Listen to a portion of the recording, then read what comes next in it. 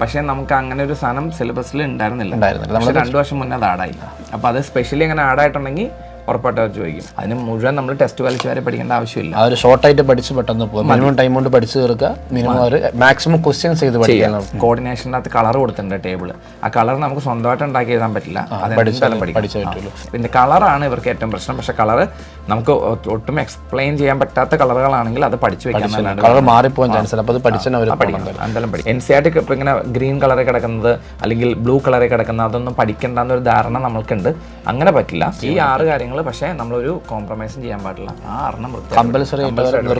ഇനിയിപ്പോൾ പഠിക്കാത്ത ആൾക്കാരാണല്ലോ, അത് സമയം പോകുന്നത് നഷ്ടമായിട്ട് കണക്കാക്കരുത്. ഹായ് മക്കളെ, നമ്മളിന്ന് ഇവിടെ ചേർന്നിരിക്കുന്നത് NMC ഇറക്കിയ 2026 നീറ്റ് സിലബസിനെ കുറിച്ച് ചർച്ച ചെയ്യാനാണ്. സോ ഞാനിവിടെ Ashwanth chemistry faculty Brilliant Study Centre Pala, എൻ്റെ കൂടെ അജയ് സാറും chemistry faculty Brilliant Study Centre Pala വന്നിരിക്കുകയാണ്.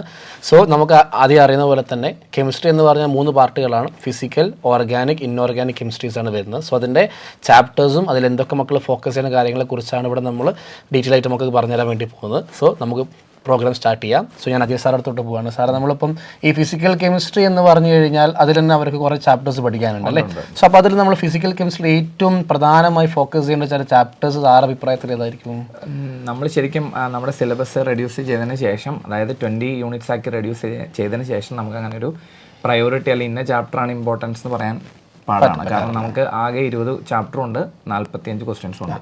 അപ്പോൾ ശരിക്കും ഒരു ചാപ്റ്ററിൽ നിന്ന് നമുക്ക് മൾട്ടിപ്പിൾ ക്വസ്റ്റ്യൻസ് വരും. അതുകൊണ്ട് നമ്മൾ ഇന്ന ചാപ്റ്റർ വെയിറ്റേജ് കൂടുതലാണ് അല്ലെങ്കിൽ ഇന്ന ചാപ്റ്റർ വെയിറ്റേജ് കുറവാണെന്ന് പറയാൻ ബുദ്ധിമുട്ടാണ്.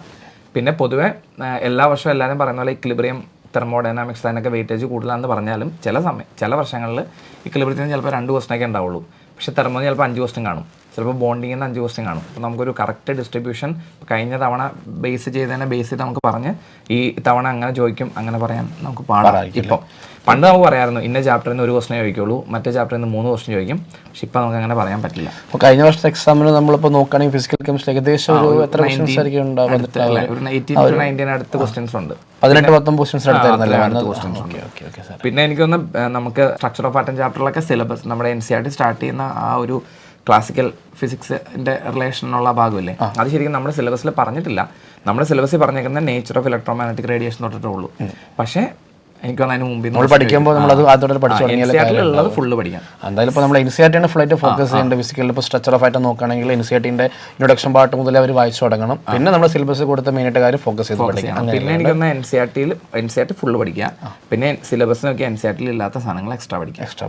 അപ്പോൾ നമ്മളിപ്പോൾ ഫിസിക്കലിൽ ഇപ്പം എക്സ്ട്രാ എന്ന് പറയുകയാണെങ്കിൽ ഏതായിരിക്കും അവർക്ക്? ഫിസിക്കലിൽ അധികം എക്സ്ട്രാ എനിക്ക് തോന്നുന്നില്ല. ഫിസിക്കലിലും ഇൻഓർഗാനിക്കിലും എക്സ്ട്രാ അധികം ഇല്ല.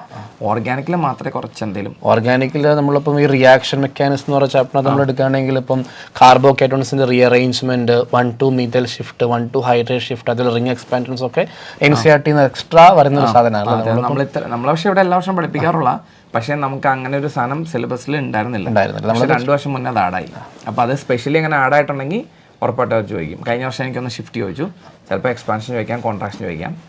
പക്ഷെ നമ്മളത് നമുക്ക് വിഷയമില്ല. നമ്മൾ മക്കളെല്ലാവരും പഠിപ്പിക്കണം. ബ്രില്യൻ്റ് പഠിപ്പിക്കുമ്പോൾ നമ്മളെന്താ ചെയ്യാറ്? റിയാക്ഷൻ മെക്കാനിസം എന്ന് വേറെ ചാപ്റ്ററിനാക്കി മാറ്റി അവിടെ നമ്മൾ റിംഗ് എക്സ്പാൻഷൻസും റിംഗ് കോൺട്രാക്ഷൻസും മൾട്ടിപ്പിൾ ഷിഫ്റ്റ് ഒക്കെ നമ്മൾ വരെ ഡീറ്റെയിൽ ചെയ്ത് പഠിപ്പിക്കാറുണ്ട്. നമ്മൾ പഠിപ്പിക്കുന്നത് നമ്മളെ സംബന്ധിച്ച് അതൊരു വിഷയമല്ല. പിന്നെ പ്രോബ്ലം തെർമോഡൈനാമിക്സ് ഇക്വിലിബ്രിയം പ്രോബ്ലംസ് ചെയ്ത് പഠിക്കുമ്പം ലോഗിൻ്റെ വാല്യൂ ഒക്കെ അത്യാവശ്യം അറിഞ്ഞിരിക്കണം. ലോഗിൻ്റെ വാല്യൂ ഇപ്പോൾ NCERT ക്വസ്റ്റ്യൻ പേപ്പറിൽ തരുമെന്ന് വിചാരിച്ചുകൊണ്ട് പോകാൻ പാടില്ല. പഠിച്ചിട്ടാണ് അത്യാവശ്യം 2, 3, 5, 7 ഒക്കെ പഠിച്ചിരിക്കണം. പിന്നെ ആൻറ്റിലോഗ് എടുക്കാനും അറിഞ്ഞിരിക്കണം. പിന്നെ ഫിസിക്കലിൻ്റെ അകത്ത് വേറെ എന്താ പറയുക, നമുക്കങ്ങനെ NCERT മുഴുവൻ ആദ്യം മുതൽ അവസാനം വരെ എടുത്ത് വായിക്കണം അങ്ങനെ നിർബന്ധമില്ല. ഫിസിക്കൽ ക്ലാസ്സിൽ പഠിപ്പിക്കുന്ന ശ്രദ്ധിച്ച് നോട്ട്സും വായിച്ച് പിന്നെ ക്വസ്റ്റ്യൻസ് പ്രിപ്പയർ ചെയ്താൽ മതിയാവും. ഇൻഓർഗാനിക് മാത്രമേ NCERT ശരിക്കും, അതായത് ഇപ്പോൾ നമ്മൾ ഈ ഡി ബ്ലോക്കും ഡി ബ്ലോക്കും വലിയ ഇഷ്യൂ ഇല്ല. പക്ഷേ പി ബ്ലോക്കിന്റെ ഇൻട്രൊഡക്ഷൻ പഠിക്കുമ്പോഴും ക്ലാസിഫിക്കേഷൻ പഠിക്കുമ്പോഴും നമ്മൾ പി ബ്ലോക്ക് എടുത്ത് പഠിക്കണം. അതിൽ ഏത് കോൺസെപ്റ്റ് ആണ് മെയിനായിട്ട് നോക്കേണ്ടത് അങ്ങനെ എന്തെങ്കിലും? പി ബ്ലോക്ക് സാറേ എനിക്ക് തോന്നുന്ന നമ്മുടെ പ്രിപ്പറേഷൻ ഒന്നുമില്ല, ഒന്നിൻ്റെയും പ്രിപ്പറേഷൻ നമ്മൾ പഠിക്കേണ്ട. ഇപ്പോൾ പ്രിപ്പറേഷൻ കോമ്പൗണ്ട് തുടങ്ങുന്നതിന് തൊട്ട് മുന്നേ വെച്ച് സ്റ്റോപ്പ് ചെയ്യുക, സിലബസ് സ്റ്റോപ്പായി. പിന്നെ അഡീഷണൽ ആയിട്ട് നമ്മൾ പഠിപ്പിക്കുന്ന അലോട്രോപ്സ് എലമെന്റ് ആയതുകൊണ്ട് അലോട്രോപ്സ് എന്ന് അവരെടുത്ത് പറഞ്ഞിട്ടില്ലെങ്കിലും നമ്മളെല്ലാവരോടും പറയാറ് അലോട്രോപ്സ് കൂടെ പഠിക്കണം. അപ്പോൾ സാർ അതല്ലാണ്ട് ഇപ്പം നമ്മൾ നോക്കുകയാണെങ്കിൽ പ്രാക്ടിക്കൽ കെമിസ്ട്രി എന്ന് പറഞ്ഞൊരു സാധനം അവർക്ക് പുതിയതായിട്ട് നമ്മൾ പഠിപ്പിക്കാറില്ലേ? അപ്പോൾ അതിൽ ഏതൊക്കെ ഭാഗങ്ങളാണ് മെയിനായിട്ട് ഫോക്കസ് ചെയ്യുന്നത്? പുതിയ സിലബസ് പ്രകാരം പറയുകയാണെങ്കിൽ, പുതിയല്ല പഴയ സിലബസിൽ മാറ്റമില്ല, എന്നാലും 2026 സിലബസ് എന്ന് പ്രകാരം നമ്മൾ പറയുകയാണെങ്കിൽ ഏതൊക്കെയായിരിക്കും സാർ ഫോക്കസ് ചെയ്യേണ്ടത് പ്രാക്ടിക്കൽ കെമിസ്ട്രി എന്ന്? സാറേ പ്രാക്ടിക്കൽ ആദ്യത്തെ ഒരു യൂണിറ്റ് എന്ന് പറയുന്നത് ശരിക്കും ഡിറ്റക്ഷൻ ഓഫ് ഫംഗ്ഷൻ ഗ്രൂപ്പാണല്ലോ.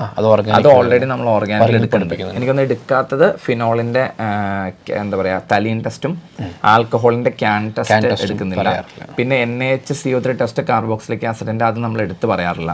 പക്ഷെ അത്രയും സാധനങ്ങൾ ഒഴിച്ചാൽ ബാക്കിയെല്ലാം നമ്മൾ പ്യൂരിഫിക്കേഷൻ ചാപ്റ്ററിലും എല്ലാ ഓർഗാനിക്കിലും നമ്മൾ പറഞ്ഞു പോകുന്ന. പിന്നെയുള്ള പ്രിപ്പറേഷൻ്റെ അകത്ത് ആകെ അസോഡൈ സിന്തസിസ് മാത്രം എമൗണ്ട് പഠിക്കണം. അതിൻ്റെ എമൗണ്ട് പഠിച്ചില്ലെങ്കിൽ ഈൽഡ് മാറിപ്പോവും. അത് ഞാൻ തന്നെ ആ പ്രാക്ടിക്കലിൻ്റെ റെക്കോർഡിംഗ് എടുത്തേക്കുന്നത്. അപ്പോൾ അതിൻ്റെ അകത്ത് ക്ലാസ്സിൽ ഞാൻ പറയുന്നുണ്ട്, ബാക്കിയുള്ളവരുടെ എമൗണ്ടുകൾ നിങ്ങൾ പഠിക്കേണ്ട, ഇന്ന എമൗണ്ട് എടുക്കുക, ഇന്ന വെസൽ എടുക്കുക, അതൊന്നും നമ്മൾ ബോധർ ചെയ്യേണ്ട. എന്തിൽ നിന്നാണ് പ്രിപ്പയർ ചെയ്യുന്നത്, എങ്ങനെയാണ് നമ്മൾ സെപ്പറേറ്റ് ചെയ്യുന്നത്, എന്താണ് അയാളുടെ ഫോമുല, അതൊക്കെ അറിഞ്ഞിരിക്കുക. പ്രിപ്പറേഷൻ്റെ സമയത്ത് പിന്നെ പ്രിക്കോഷൻസ് ഉണ്ട്. ഇത് കയ്യിൽ വീഴാൻ പാടില്ല, കയ്യിൽ വീണാൽ എന്ത് സംഭവിക്കും, അല്ലെങ്കിൽ ഒരു സാധനം ഉണ്ടാക്കി കഴിഞ്ഞാൽ അപ്പം അതെല്ലാം പഠിച്ചിരിക്കണം. അത് നമുക്ക് റെഗുലറായിട്ട് ചോദിക്കാൻ ചാൻസ് ഉള്ള. പിന്നെയുള്ളത് മറ്റേ ടൈട്രേഷൻ 2 ഉണ്ട്, പെർമാഗ്നോമെട്രി, പിന്നെ അതുപോലെ ആസിഡ് ബേസ്ഡ് ടൈട്രേഷൻ. ആ യൂണിറ്റ് ഫുള്ള് പഠിക്കണം. പ്രാക്ടിക്കൽ കെമിസ്ട്രീന് NCERT ഓർഗാനിക് ഇറക്കിയ പോലെ തന്നെ എല്ലാത്തിനും ഉണ്ടല്ലേ? അപ്പം അതിലെല്ലാം അവരെന്ത് ചെയ്യുക, വായിച്ച് പഠിച്ച് കൃത്യമാക്കി എടുക്കുക. പിന്നെ നമ്മളെ വീഡിയോ ക്ലാസ് അവർക്ക് നല്ലോണം ഉപകാരപ്പെടുന്നത്. അതായത് ഇപ്പോൾ നമ്മൾ ഓരോ ടോപ്പിക്കിൽ സ്പെഷ്യലൈസ് ചെയ്ത് വീഡിയോ കൊടുക്കാറുണ്ട്. സാറിനെയാണ് വീഡിയോ എനിക്കൊന്ന് വീഡിയോ നമുക്ക് പ്രാക്ടിക്കൽ ആയതുകൊണ്ട് കണ്ടിരിക്കാൻ പാടായിരിക്കും. എന്നാലും ഒരു തവണയെങ്കിലും കണ്ടിട്ട് വേണം ഒരു എക്സാമിന് ഒരു തവണയെങ്കിലും മക്കൾ കാണുന്നത്. കണ്ടു സോൾട്ട് അനാലിസിസ് പഠിക്കുന്ന രീതി കുട്ടികൾക്ക് ഇപ്പോഴും മനസ്സിലായിട്ടില്ല. ഞാൻ ക്ലാസ്സിൽ പറയുന്നുണ്ട്, ഇക്വേഷൻസ് ഫുള്ള് നമ്മൾ എഴുതി ബാലൻസ് ചെയ്ത് പഠിക്കേണ്ട ആവശ്യമില്ല. അപ്പോൾ അവർ ചിലപ്പോൾ ചോദിക്കുന്ന വൈറ്റ് ജെലാറ്റിനസ് പ്രസിപ്പിറ്റേറ്റിന് ഒരു ക്ലൂ തരും, അപ്പോൾ തന്നെ നമുക്ക് മനസ്സിലാവും അലുമിനിയം ആണ്. പിന്നെ അതുപോലെ ചോക്ലേറ്റ് ബ്രൗൺ പ്രസിപ്പിറ്റേറ്റ് എന്ന് പറയുമ്പോൾ അത് കോപ്പർ 2+. അങ്ങനെ ഒരു നാക്കിൽ പഠിക്കണം. അല്ല നമ്മളത് ഫുൾ എഴുതി പഠിച്ചു കഴിഞ്ഞാൽ ഈ കാലത്ത് പിന്നെ ഓരോ ഗ്രൂപ്പിൽ ഏതൊക്കെ കാറ്റോണ, ഓരോ ഗ്രൂപ്പിന്റെ റിയേജന്റ് ഏതാ, അങ്ങനെയുള്ള കാര്യങ്ങൾ പഠിക്കണം. പക്ഷെ അവർ എനിക്കൊന്ന് ഇപ്പം നമ്മുടെ കുട്ടികൾ കുറെ പേര് ട്രൈ ചെയ്യുന്ന മുഴുവൻ കാണാതെ എഴുതി പഠിക്കണം. അത് നടക്കില്ല. ശരിക്കും അത് വേസ്റ്റുമാണ്. അങ്ങനെ പഠിക്കേണ്ട ആവശ്യമില്ല. നിങ്ങൾ സോൾട്ട് അനാലിസിസ് പഠിക്കുമ്പം ഏതൊക്കെ ആനയാണ്, ഇപ്പോൾ ഡൈലൂട്ട് സൾഫ്യൂരിക് ആസിഡ് ആഡ് ചെയ്യുമ്പം ഏതൊക്കെ ആനയുണ്ടെന്ന് നമുക്ക് തിരിച്ചറിയാം. കോൺസെൻട്രേറ്റഡ് ആഡ് ചെയ്യുമ്പോൾ ഏതൊക്കെ തിരിച്ചറിയാം. ഇനി ഇത് രണ്ടിലും കിട്ടാത്ത വന്നു കഴിഞ്ഞാൽ നമ്മൾ സൾഫേറ്റോ അല്ലെങ്കിൽ ഫോസ്ഫേറ്റോ ആയിട്ട് എടുക്കും. അത് പിന്നെ ഓരോ ഗ്രൂപ്പിൽ കിടക്കുന്ന കാറ്റോണിൻ്റെ പേരും അവരെ തിരിച്ചറിയുന്ന റിയേജൻറ്റും. പിന്നെ ഒരാൾ തന്നെ 2 ഗ്രൂപ്പിലുണ്ട്, ലെഡ് 2+. അപ്പോൾ അത് 2 ഗ്രൂപ്പിൽ കിടക്കുന്ന ആൾക്കാർ ആരൊക്കെയാ, അങ്ങനെയുള്ള കാര്യം. പിന്നെ ലേക്ക് ടെസ്റ്റ്, പേരുള്ള ടെസ്റ്റ് ഇല്ല സാറേ, ലേക്ക് ടെസ്റ്റ്, ഗ്രിസിലോസ്ഫേ ടെസ്റ്റ്, പിന്നെ ക്രോമൈൽ ക്ലോറൈഡ് ടെസ്റ്റ്, അതൊക്കെ ഭയങ്കര ഷുവറായിട്ട് അതങ്ങനെ. ഇപ്പോൾ chromyl chloride test is confirmatory test for chloride. അത് ഓർത്താൽ മതി. അതിന് മുഴുവൻ നമ്മൾ ടെസ്റ്റ് വലിച്ചു വരെ പഠിക്കേണ്ട ആവശ്യമില്ല. ആ ഒരു ഷോർട്ടായിട്ട് പഠിച്ച് പെട്ടെന്ന് പോകും. മിനിമം ടൈം കൊണ്ട് പഠിച്ചു തീർക്കുക, മിനിമം ഒരു മാക്സിമം ക്വസ്റ്റ്യൻസ് ചെയ്ത് പഠിക്കുക. പിന്നെ അവസാന ഭാഗത്തുള്ള എക്സ്പെരിമെന്റ് 4 അതിൽ 2 ഓൾറെഡി അവർ തെർമോഡൈനാമിക്സ് പഠിച്ചു, എൻതാൽപ്പി ഓഫ് ന്യൂട്രലൈസേഷനും എൻതാൽപ്പി ഓഫ് സൊല്യൂഷനും. അത് തന്നെയാണ് ഇവിടെ. പിന്നെയുള്ള 2 ഒന്ന് അവർക്ക് ഒട്ടും പരിചയമില്ലാത്ത കൊളോയിഡാണ്. അത് കുറച്ചേ ഉള്ളൂ, അത് പഠിക്കണം. പിന്നെ അവസാനത്തെ ഒരു കൈനറ്റിക് എക്സ്പെരിമെന്റ് ഉണ്ട്. അതിൽ അവർ ചോദിക്കുന്നത് ഇപ്പോൾ കെയുടെ കോൺസെൻട്രേഷൻ കൂടുതലാണോ എടുക്കേണ്ടത്, കുറവാണോ എടുക്കേണ്ടത്, അങ്ങനെയുള്ള ക്വസ്റ്റ്യൻസ് ഒക്കെയാണ്. പ്രിക്കോഷൻസാണ് കൂടുതൽ ചോദിക്കുക. റിസൾട്ട് അങ്ങനെ. പിന്നെ ക്ലോക്ക് റിയാക്ഷൻ എന്നുള്ള പേര് യൂസ് ചെയ്യുന്നത് എവിടെയാണ്? അത് എനിക്ക് തോന്നുന്ന പ്രാക്ടിക്കൽ കെമിസ്ട്രി ഇവർ ഉദ്ദേശിക്കുന്നത് അത്ര ഡേഞ്ചറസ് ചാപ്റ്റർ ഒന്നുമല്ല. പഠിച്ചു കഴിഞ്ഞാൽ അവർക്കെല്ലാം മാർക്ക് പിന്നെ പഠിക്കേണ്ട രീതി ഇങ്ങനെയാണ്, മൊത്തം കുത്തിയിരുന്ന് പഠിക്കാണ്ട് ഈ ഒരു ഷോർട്ട് ആക്കിയിട്ട് പഠിച്ച് മുന്നോട്ട് പോവുക, നോട്ട് ചെയ്തെടുക്കുക, പെട്ടെന്ന് പഠിക്കുക. ഇപ്പോൾ നമ്മൾ ഇൻഓർഗാനിക്കിനെ കുറിച്ച് പറയുകയാണെങ്കിലും NCERT ഫുള്ള് വായിക്കണം സാർ ഓൾറെഡി പറഞ്ഞു. NCERT എന്തായാലും മക്കളോളം ഫോക്കസ് ചെയ്യാം. NCERT-നകത്തിൽ ഓരോ ഗ്രൂപ്പിനെ കുറിച്ച് മക്കൾ വായിച്ച് കൃത്യമായിട്ട് എടുക്കാം. ഇപ്പം സാറ് പറഞ്ഞ D ബ്ലോക്ക്, F ബ്ലോക്ക് ഒക്കെ നമ്മൾ ഒരു കോമ്പൗണ്ട് പ്രിപ്പറേഷൻസ് വരെയാണ്. അത് കഴിഞ്ഞാൽ പിന്നെ അങ്ങോട്ട് ഒരു നോക്കാം. D ബ്ലോക്ക് നമുക്ക് ഫുൾ ഉണ്ട്. D ബ്ലോക്ക് ഫുൾ ഉണ്ട്. D ബ്ലോക്ക് പിന്നെ എനിക്കൊന്ന് നമ്മൾ ക്ലാസ് കണ്ടാൽ മതിയായിരിക്കും. കാരണം D ബ്ലോക്കിന്റെ NCERT ലാംഗ്വേജ് കുറച്ച് സ്ട്രോങ് ആയതുകൊണ്ട് നമുക്ക് വായിച്ച് വീഡിയോ ക്ലാസ് നല്ലത്. പിന്നെ P ബ്ലോക്കിന്റെ ഗ്രൂപ്പ് 13 മുതൽ 18 വരെ നമ്മൾ ആ ഇൻട്രൊഡക്ഷൻ പാർട്ട് NCERT മൊത്തം വായിക്കണം. അതിൽ ചിലപ്പോൾ ഓരോ സെന്റൻസ് ആയിരിക്കും ഒരു സ്റ്റേറ്റ്മെന്റ് അടിക്കണം, മുഴുവൻ വായിക്കണം. ക്ലാസിഫിക്കേഷൻ മുഴുവൻ വായിക്കണം. കോർഡിനേഷൻ NCERT നന്നായിട്ട് പഠിക്കണം. കോർഡിനേഷൻ്റെ അകത്ത് കളർ കൊടുത്തിട്ടുണ്ട് ടേബിൾ. ആ കളർ നമുക്ക് സ്വന്തമായിട്ട് ഉണ്ടാക്കി എഴുതാൻ പറ്റില്ല.